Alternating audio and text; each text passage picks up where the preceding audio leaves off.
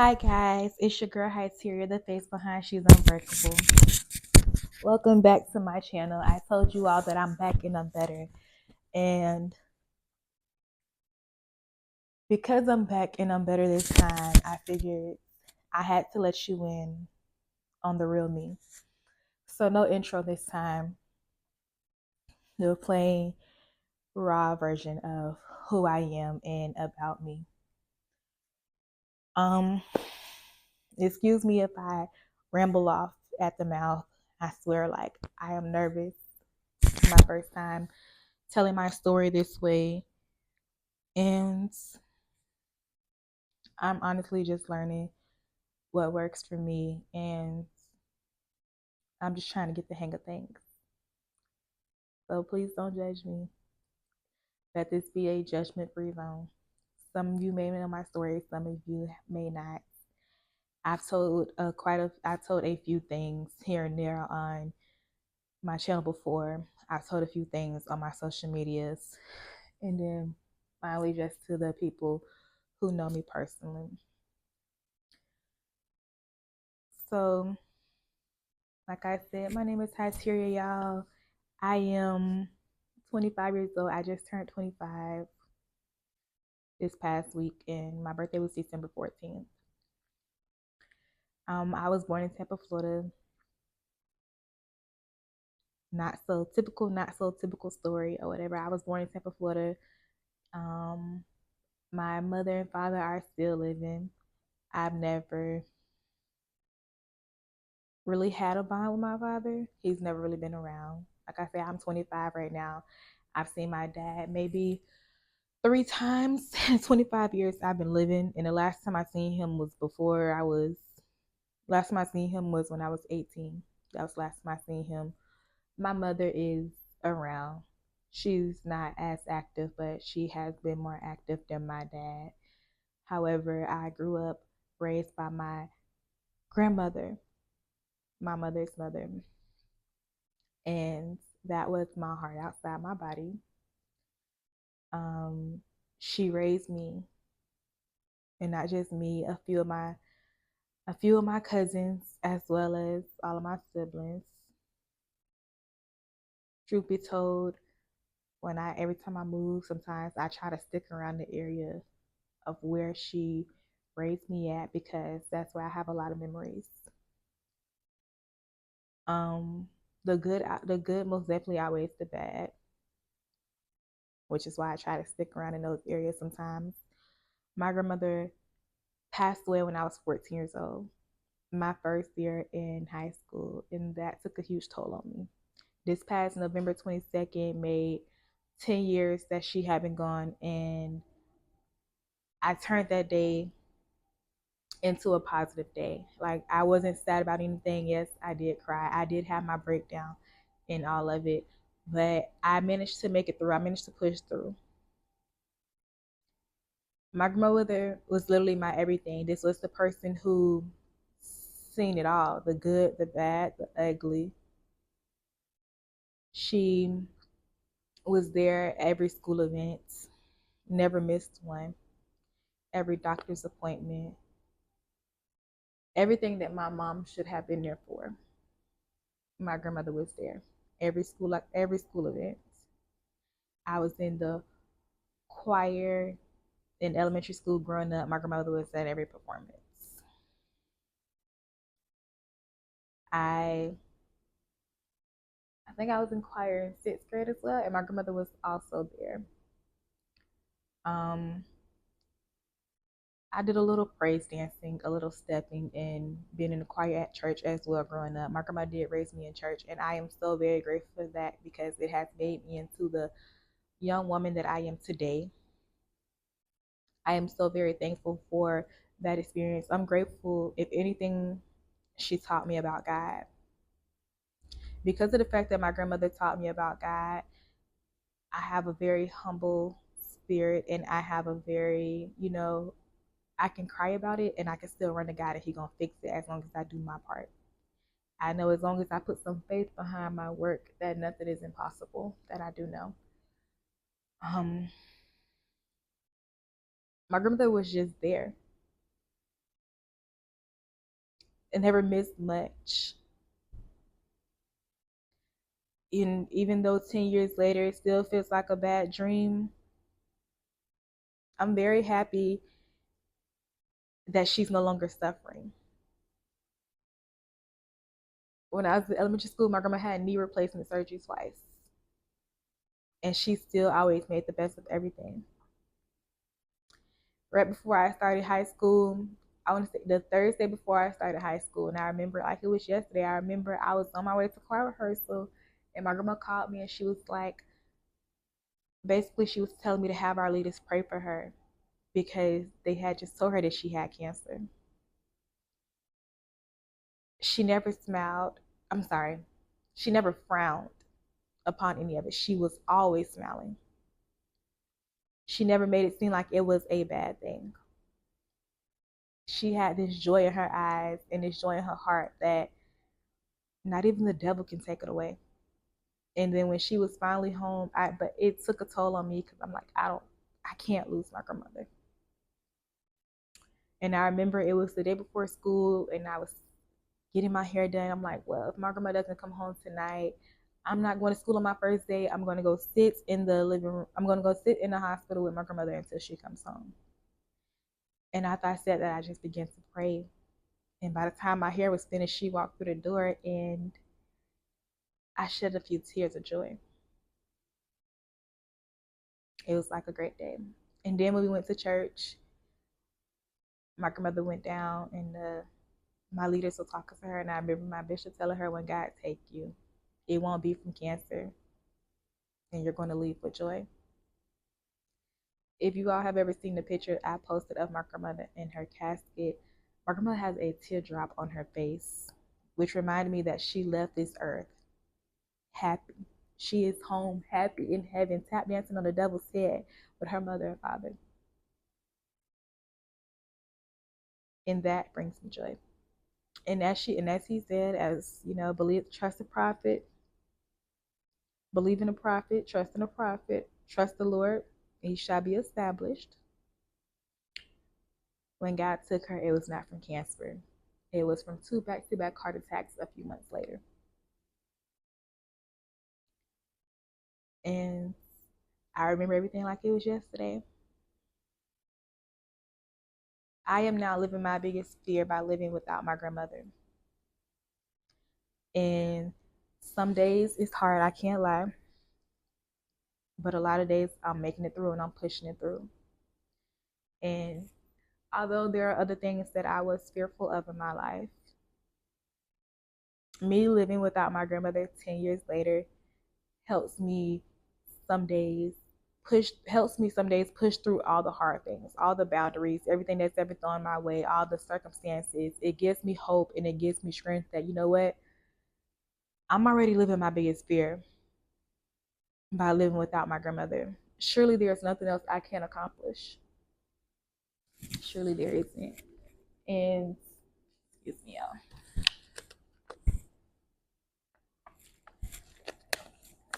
I'm not.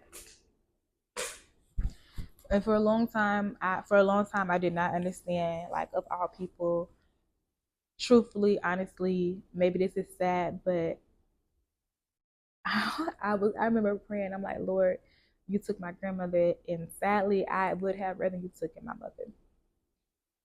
That may have been a very crucial thing to say at that time, but my mom has never been active as much as my grandmother. My grandmother has been there, seen me at my lowest, seen me at my highest, pushed me to the top, and so much more. Some things that my mom has never done. Now, don't get me wrong, I love my mom. We haven't always had the best relationship. There's been times where I haven't talked to her at all. And there's been times where we would go months without talking, and I would have rather been in been in the bed with my grandmother than been in the bed with my mom. There was a point in time where I went 2.5 years without talking to my mom until I finally said at the beginning of this year, I believe it was right before my grandmother's birthday in January this year, I posted a video about that, calling my mom, finally talking to my mom, and her apologizing and I said that I would keep you all updated on how that went. And it's had a lot of ups and downs of trying to rekindle that relationship this year. Sadly, it's been more downs than ups. I still love her. I'm not sure how it's gonna go because even today, like she was pushing me a lot today, and I'm just like, oh my gosh, I can't do this. I had to call my sister. Y'all know how we get as young. I can't say teenagers because we're not teenagers, but y'all know how we get sometimes. And I was just like, oh my god, your mama getting on my nerves. Please get her. Y'all, I have been through some things, and honestly, it would have felt like such a relief to have my mom there. I went through elementary school having the whooping cough. By the time I went through elementary school having a whooping cough. By the time I got to middle school, I had went from the whooping cough to Tourette syndrome, something that is still till this day is no cure for it. But thankfully and by the grace of God, it hasn't disrupted me, came back or anything since March 2015. And that's by the grace of God for healing. That's believing the prophets. So shall I prosper. My leaders prayed over me. They spoke a word over me and they stood by me. They stood by me in prayer. They stood by me in joy, not in judgment, not with the rest of the world judging me. They stood by me in love. They didn't give up on me. They didn't walk away from me. And they never tried to embarrass me in front of anyone about it. And for that, I was grateful. That's part of my testimony. I've been through doctors wanting to cut my chest open because they were unsure of what was causing my chest pains. And truth be told, it was a lot of stress. I hold my stress in my chest. And you may think, what would I be so stressed about so young? No father, active but not so active mother. I remember not feeling well. And my grandma was like, go ask your mom to go to the hospital with you. My mom told me she was too tired. And as tired as my grandmother was, she got up and she went with me. That warmed my heart because you didn't have to do that, but I'm so glad you did. I look back at a lot of things and I look joyful for the grandmother that I was given because a lot of times I'm like, I didn't ask to be here. I didn't ask to be here. And I always felt like my mom treated my siblings better than she treated me. I am the youngest of four. There would have been five of us. My brother passed when he was 3 months old.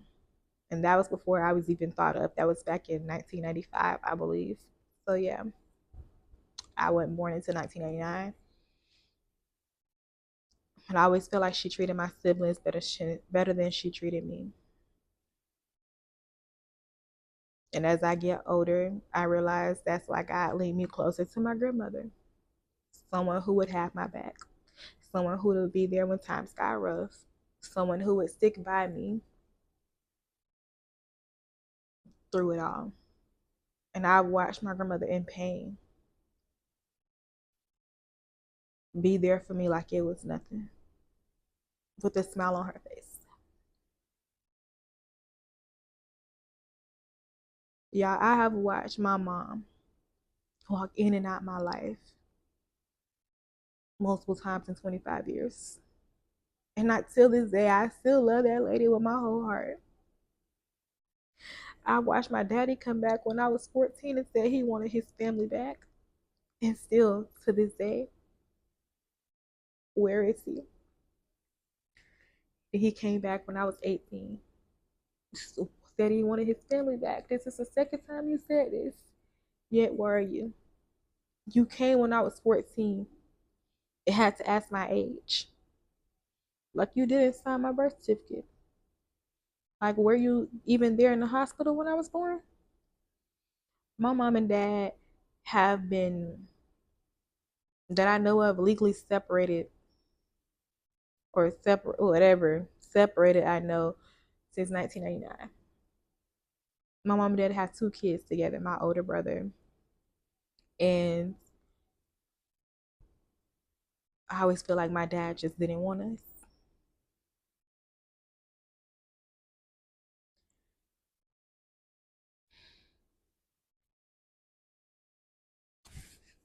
I always felt like my dad just didn't want us because you pop in and out. And the only person from his family that's ever tried was his mom. She put in more effort than he did, I can say that. I've talked to her on the phone more times than I've talked to him. Yet I've never seen any of them in person. And I know I have so much family up there. My dad is from Mississippi. My mom was from here. My dad was from Mississippi. He moved down here. And that's how him and my mom met back in 1994.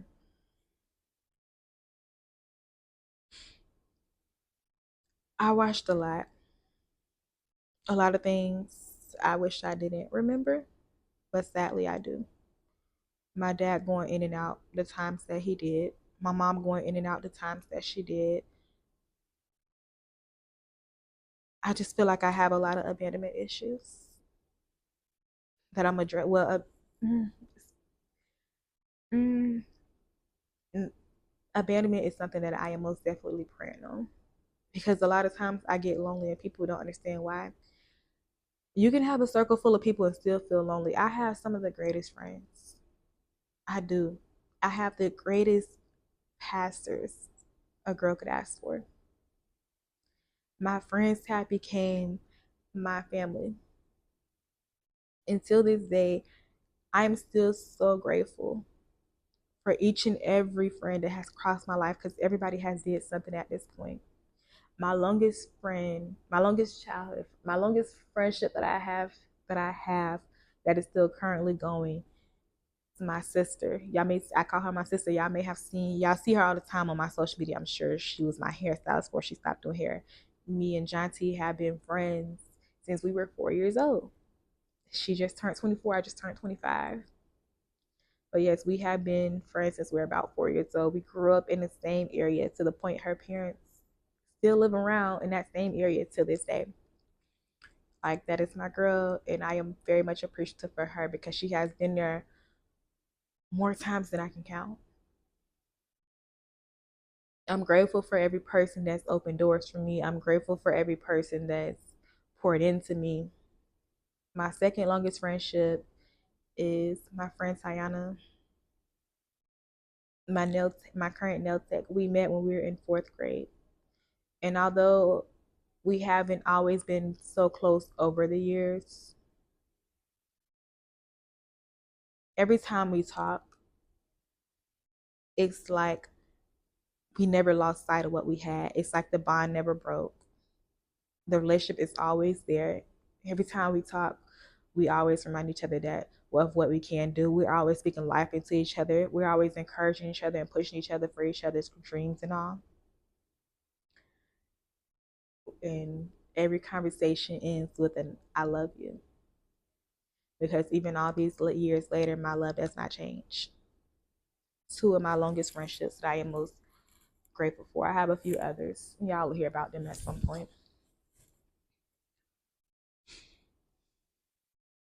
I've just over the years, I've had a lot of people walk in and out my life, and it took a toll on me. And I always have to talk to God, like, Lord, am I in the wrong? Lord, did I do anything? And honestly, to anybody who's walked out my life, I love you. I do. The love has not changed.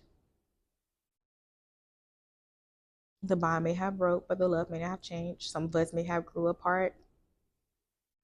And honestly, I still pray nothing but the best for them. I love y'all. Like I made y'all for me. I still pray for y'all as if we were still like this. I just, people don't understand how it feels to constantly have people walk in and out your life. I'm not the closest with my siblings by far. I'm not. Truth be told, I'm closer with my friends than I am with my siblings. And I still adore all of them. But imagine not having a mother and father in your life, not being as close as you want to your siblings, and then being the outcast growing up because you choose not to be this person that's chosen the world, but more so a person who has chosen God. I've been judged my whole life because I choose God. I never portrayed to be perfect. I make mistakes. I do. I'm human. I'm learning as I go. I didn't have my mom. I didn't have my dad. I had my grandmother. She passed away when I was 14. I'm learning. I never portrayed to be perfect. I never judged anybody else for what they've done and what they've done. I've never tried to forcefully.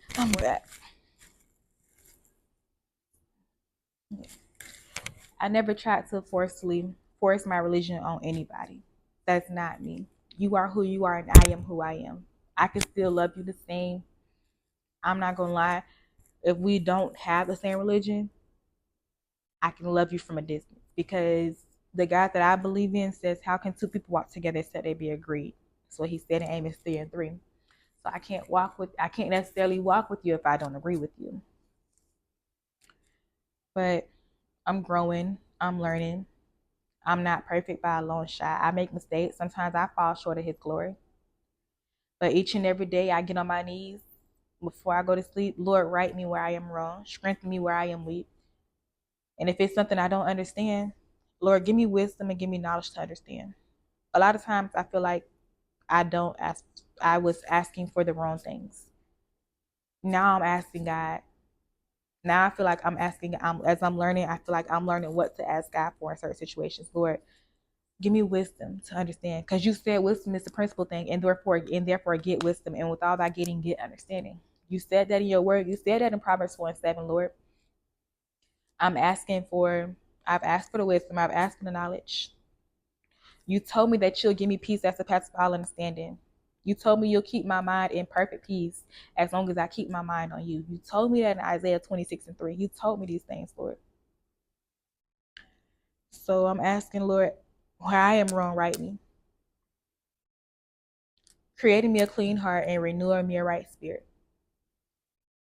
That was your word, Lord. I'm just throwing it back at you. That's what you said in Psalms 51:10. Creating me a clean heart and renew me a right spirit. That's what I'm telling you every day, Lord. I'm not portraying to be perfect. But because I was this child growing up who didn't do what everybody else did, I was looked at like I was wrong. I was looked at like I was doing something wrong. I never cared to be judged by my relationship with God. I've been the outcast from the time I was a little girl to up until this 25 years old age that I am now. I'm not perfect by a long shot, but I'm asking God to right me. If you see something wrong, help me clean it up. I'm aiming to be perfect because you said in Matthew 5:48, be ye perfect, even as your Father which is in heaven is perfect. So that's what I'm aiming to be. And I'm not saying any of this for sympathy. I'm saying this because I know that there's someone out there that relates to somewhere that I'm going. And I want someone to know that you can make it through. God seen me through, He's going to see you through. Imagine thinking you would have Tourette's your whole life and you be scared to even walk outside, especially when Tourette's affects everybody differently. Tourette's had me in here literally barking like a dog, embarrassed. I was embarrassed no matter where I was, out in public, in the grocery store, in school, in church, place. In church, probably a place where I should not have felt embarrassed, but I'm embarrassed because these people know me. These people have watched me grow up, and what is this? And a lot of stuff, like I said, I did not understand, but nobody, even though I felt like I was embarrassed, they never made me feel like that. That day, my bishop and my first lady stood by me in prayer and prayed over me. Everybody stood with their hands lifted to God because lift your hands unto you. That's what we bless thee while we live. We will lift up our hands in your name. That's exactly what you said, Lord. So we came to you because you said where two or three are gathered, there you are in the midst. Yes, I'm the person who can throw the word. I don't just I don't I lay the word on the tables of my heart. I'm doing my best to live it day by day. Like I said, I'm not perfect. I'm aiming to be perfect. And I know I won't be that right now, because when I'm that right now, when I'm completely perfect, he'll call me home. He'll call me home. And that's what I feel like perfect is. I'm saying this because somebody can relate what I'm going through. T-Rex had me barking like a dog. My chest pains had these people wanted to cut open my chest, cut open my heart to see what was going on. Because every time they tried, they could not find anything. And that last doctor's appointment where they thought something was stuck up in my chest, that last cardiovascular appointment, they put me on a 24-hour EKG. And they said, if you come back in any more pain or something comes back on this EKG, you're going to have to go into your heart. By the grace of God, nothing came back on that EKG. We found out it was just my stress in my chest. And I'd rather be that than anything else. There was that. I've had blood clots in my eyes. I've had moments where my heart rate dropped.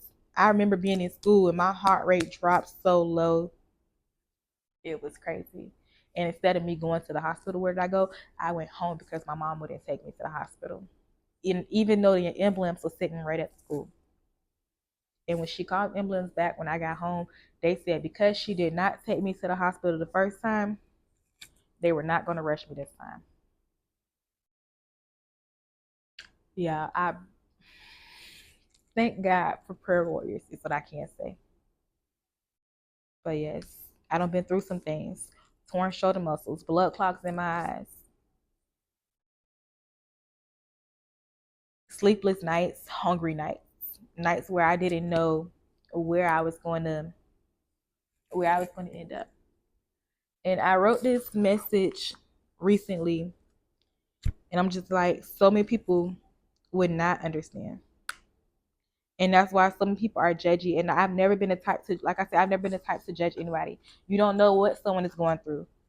You wouldn't know everything about me had I not even just told you. There was this little trend on TikTok, and I joined in, and I'm just like hoping that I can reach somebody, hoping like somebody understands, or hoping people know that they're not alone.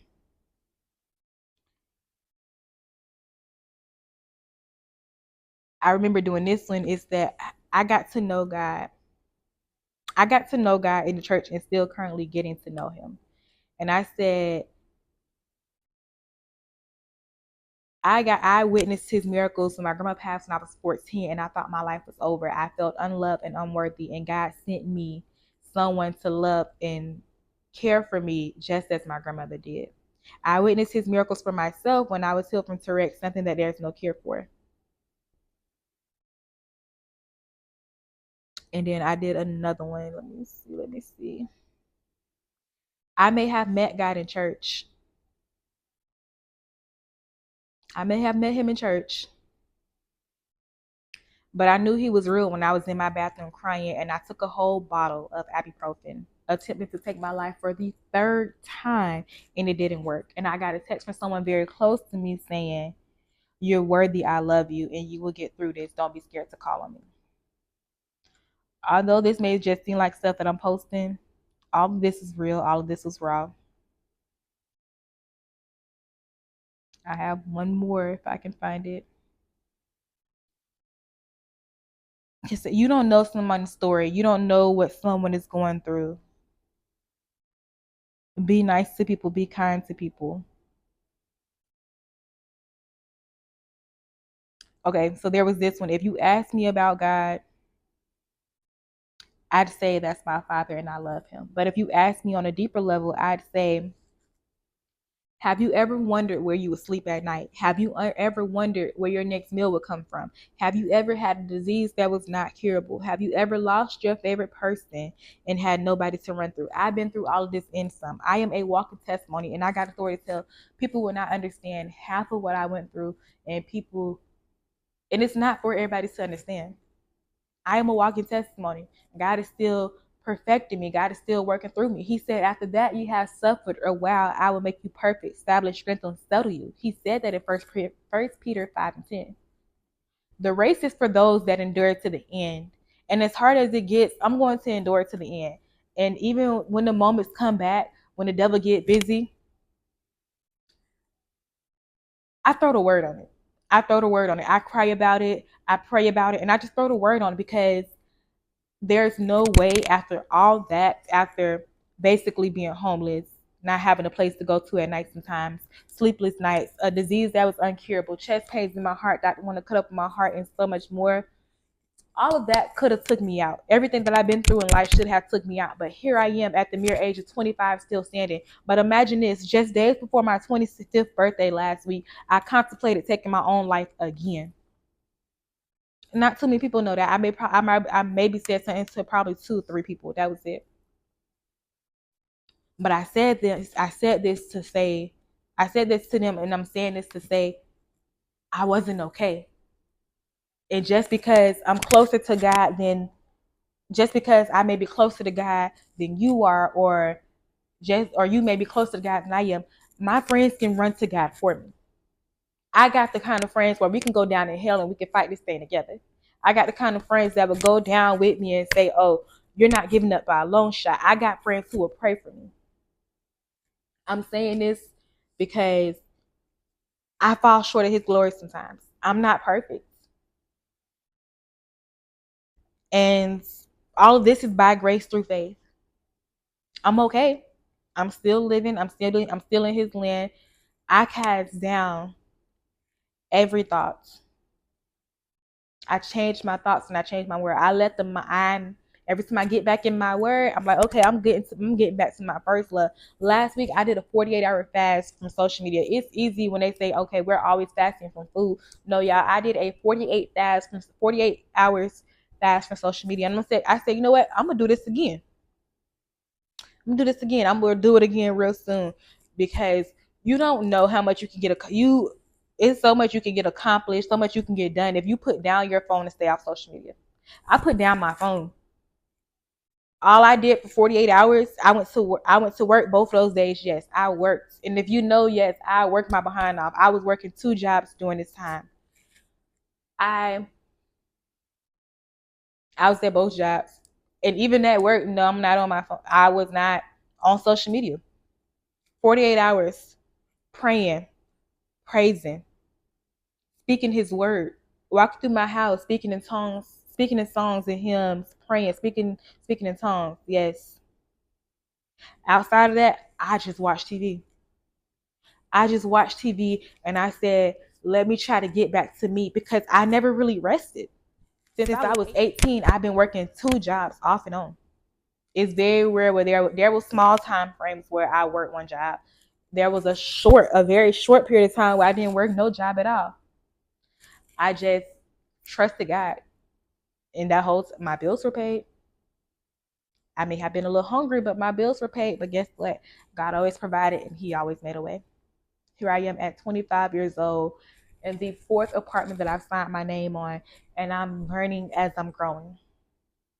I've learned from every past experience I've been through, every apartment that I live in. Everything has made me stronger. It has given me the wisdom and the knowledge to keep going, and it has given me the strength to say, you know what, has here? The name of the Lord is a strong tower. The righteous running into it and it's safe. He said that in Proverbs 18 and 10. As long as I quote my word, there's nothing that I can't do. I cannot be defeated. And if I took that same passion, that same purpose into everything else, I would really be unstoppable. In this journey that I'm in with you all, being real and being raw with y'all, I'm putting my best foot forward. And I'm putting my best foot forward. I'm going to let God do His work. I'm going to let God do His thing, and I'm going to let Him work through me. This video won't be any edits. It won't be any edits. This will be raw. This is real. This is real footage. Everything is real. Everything that I said has been real. I'm trusting God and believing God in this process. I'm gonna put some faith behind my work, and I'm just gonna sit back and watch God do His thing after that. And on that note, that's all I'm gonna say about that, because you can't tell everybody what your next move is. But I will say this: God said my gifts will make room for me. God said my gifts will make room for me. So everything's going to be all right. Everything's going to work together for my good. Why? Because he said in Romans 8:28, everything works together for the good of those who love God, to those who are called according to his purpose. And on this note, I don't want this video to get too long. So that's all I would say for now. I hope I've touched somebody. I'm a prayer warrior. My socials will be linked in the description below. I answer as many. I answer all my DMs, most likely. I answer all my DMs. My pages are not private. You can DM me or whatever. I'm always willing to ask questions. I will be doing a Q&A really soon. I will be doing another part to this video. Until then, y'all stay blessed. Y'all stay up. Y'all stay strengthened. And don't give up in the midst of adversity. Know that God hears you, that he cares for you, and know that the race is for those who endure to the end. And that is the mindset that we're going to take into 2025. The race is for those that endure into the end. The race is for those that endure to the end. Like I said, it won't be no intro in this video, no outro, none of that. This is the real and the raw version of your girl Hyteria, the face behind She's Unbreakable.